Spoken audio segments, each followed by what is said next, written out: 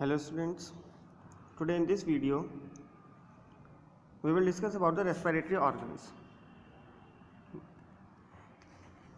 Respiratory organs are nose, pharynx, larynx, trachea, bronchi and lungs. So these are the respiratory organs. Today in this video we will discuss about the nose, pharynx, larynx, trachea.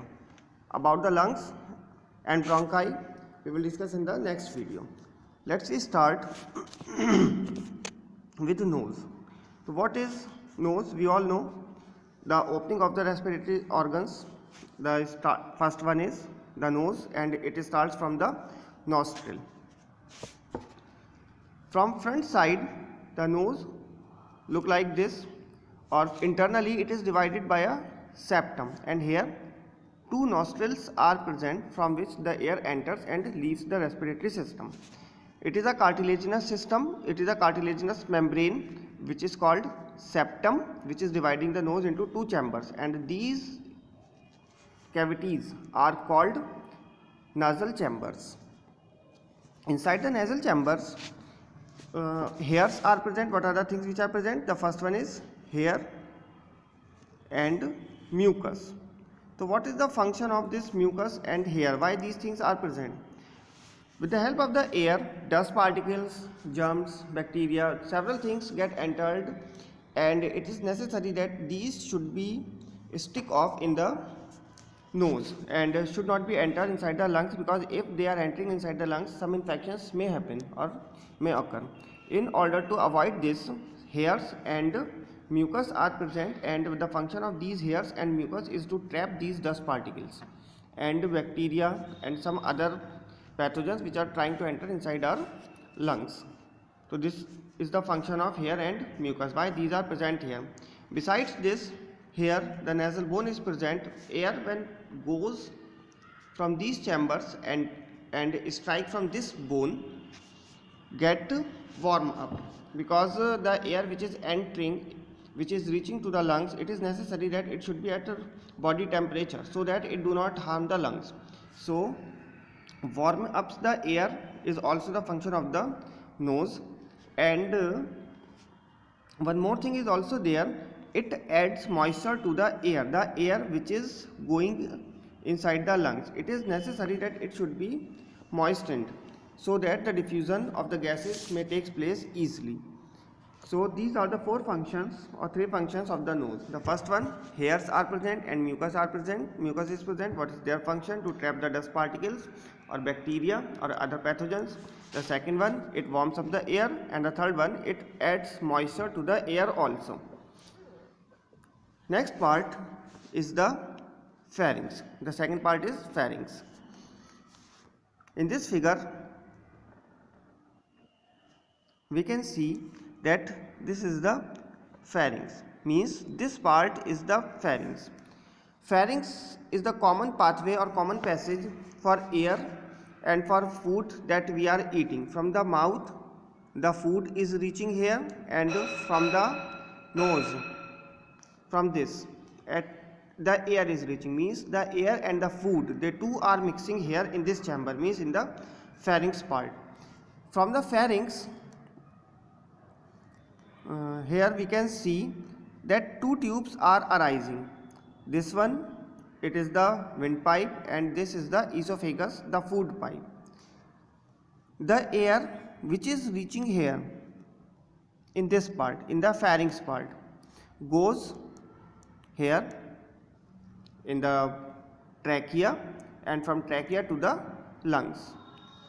But the food is also present here. We can see the food is also present here, and it is must that food should not be entered inside the trachea.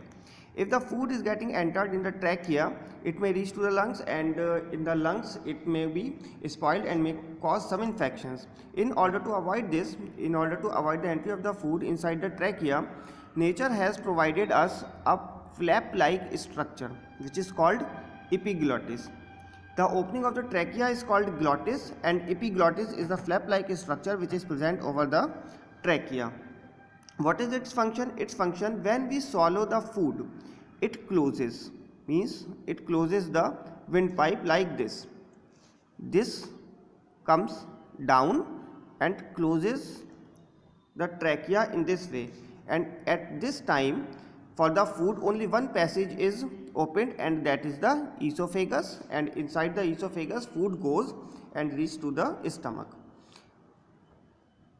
So this is the pharynx. After pharynx, the next part which comes is the larynx. Here we can see larynx. This is also called voice box. Remember this word, it is very important that the larynx is also called voice box or Adam's apple. In the neck some bulge is present. Wait. At adolescence we observe this thing, that at this point in the neck from the front side we can see this, a bulge like structure is present, that is the Adam's apple or the larynx, and it is also called, popularly it is also called the voice box. Why it is called the voice box? Because this portion means the larynx, it contains, suppose if this is the larynx, vocal cords are present here, and when the air comes from the lungs, because of this air these vocal cords vibrate like this, and because of the vibration of the vocal cords the sound is produced. So that is why it is also called, the larynx is also called voice box. Next is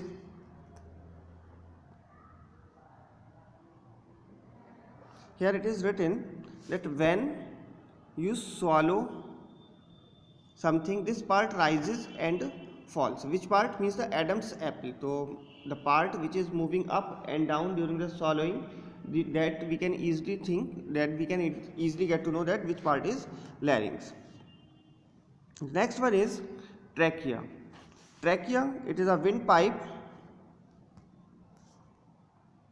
Here it is given. So it is a below the larynx, this is the larynx, this part, and below the larynx a pipe like structure, windpipe is there, which is called trachea. So this part is called trachea. Here we can see trachea, after reaching to the lungs in the thoracic cavity, it splits into two parts, left one and the right one, and these smaller parts, means this one and this one, which is entering inside the lungs, are called bronchi. One more thing which is necessary for the trachea, that we should know, that in the whole trachea like this some C-shaped or incomplete cartilaginous rings are present. These rings are, here we can see this several rings are present there. What is the function of these rings, or why these are present? These rings are present to avoid collapsing. Suppose if we are not inhaling the air, so it was possible that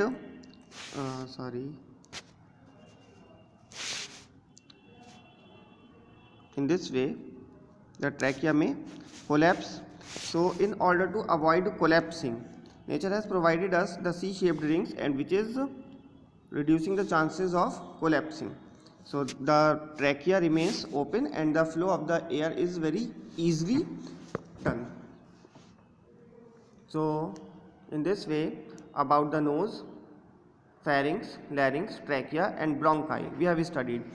From the next turn we will start studying about the lungs. In this video, this much only.